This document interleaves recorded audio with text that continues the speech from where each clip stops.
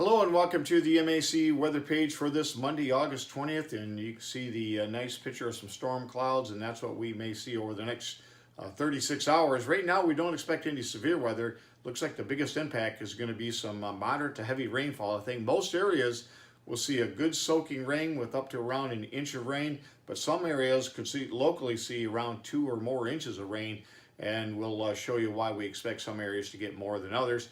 And if we look at the behind the storm, looks like quite a bit cooler air with 70s by day, 50s by night. So we should be able to give the air conditioners a rest here as we get into Wednesday, Thursday, and Friday. But don't worry, more storms will return as we get towards the weekend perhaps, and that could bring some very warm temperatures. In fact, we could see more 90-degree days coming up in our future here over the next couple of weeks.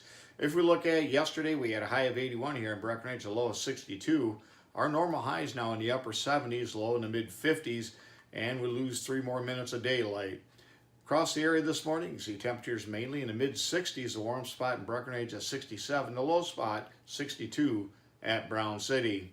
And if we look at the satellite view, you can see the big swirl off to our west. That's our low pressure system around southwest Iowa, and it's going to move up towards mid-Michigan here over the next 24 to 30 hours, and then it's going to spread some warm frontal precipitation into the area here later today into tonight, and then we'll see this this deformation zone, move into portions of the area, and we'll show you that in just a moment. On the radar, you can see those warm frontal showers and thunderstorms off to our southwest.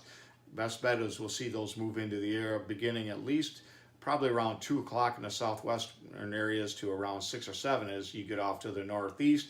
But again, this will bring a pretty good slug of rainfall as it moves in.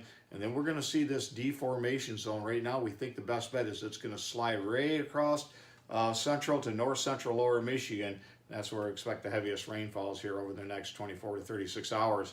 On the weather map this morning, you can see our low pressure system across southeast Iowa spreading very heavy rains off to east, pulling up from the Gulf, lots of moisture. And by tomorrow morning, that low pressure system is now across southwest Wisconsin. It'll begin to move off to the Great Lakes as we get into the day on Tuesday, and then eventually it'll pull off to the northeast. Behind it, high pressure will bring cooler, drier air in for much of the rest of the week once we get into especially Wednesday, Thursday, Friday. And if we look at precipitation expected over the next 72 hours, you can see much of lower Michigan expecting up to around an inch or better, and some of these heavier rainfalls off to our southwest we're going to have to watch. You can see how it's trying to paint some of the heavier amounts off to the north of us across much of central Michigan. And again, we'll keep an eye on the heaviest rainfalls we may see. With a new one will be updated here in a couple of hours, and we'll show that one on the main page. We'll put a link to it.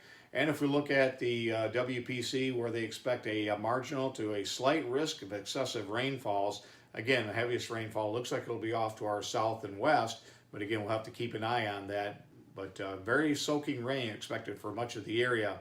Our next slide shows the 90-degree days. You can see here in the Breckenridge area, we're at 13 so far for the year.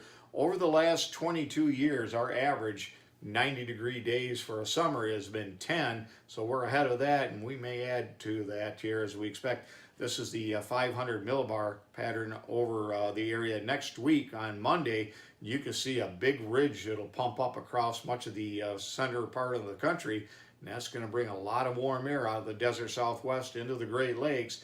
And again, we may get a round of thunderstorms as that heat returns. By Sunday or Monday, we could see temperatures up around 90 degrees. Certainly a lot of solid 80s, but we'll have to watch. We may see a 90-degree day sneak in here as we get towards the late part of the weekend into next week. As far as the extended outlook, you can see the highest probabilities above normal precipitation across much of the north portions of the country from the Great Lakes into New England along the St. Lawrence Valley. But again, much of the eastern part of the U.S. warmer than normal. And with some of those storms moving off to our north, we could see above normal precipitation. But some of the areas could really get pretty dry and hot off to our southwest. As far as weather watch this morning, you can see some lake advisories for much of the Great Lakes and for high winds and waves. And then the area across southern Wisconsin now under a flash flood watch, as they are back in portions of southwest Iowa and Nebraska. And again, we're going to have to watch this whole area. We may see more excessive rainfall than what the models are putting out right now.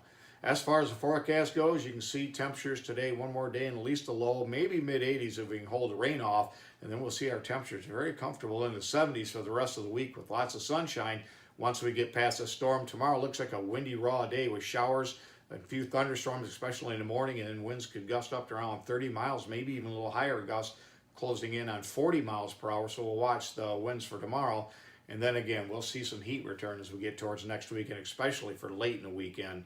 Thanks for stopping by and have yourself a great day, a great work week, and 73s to all.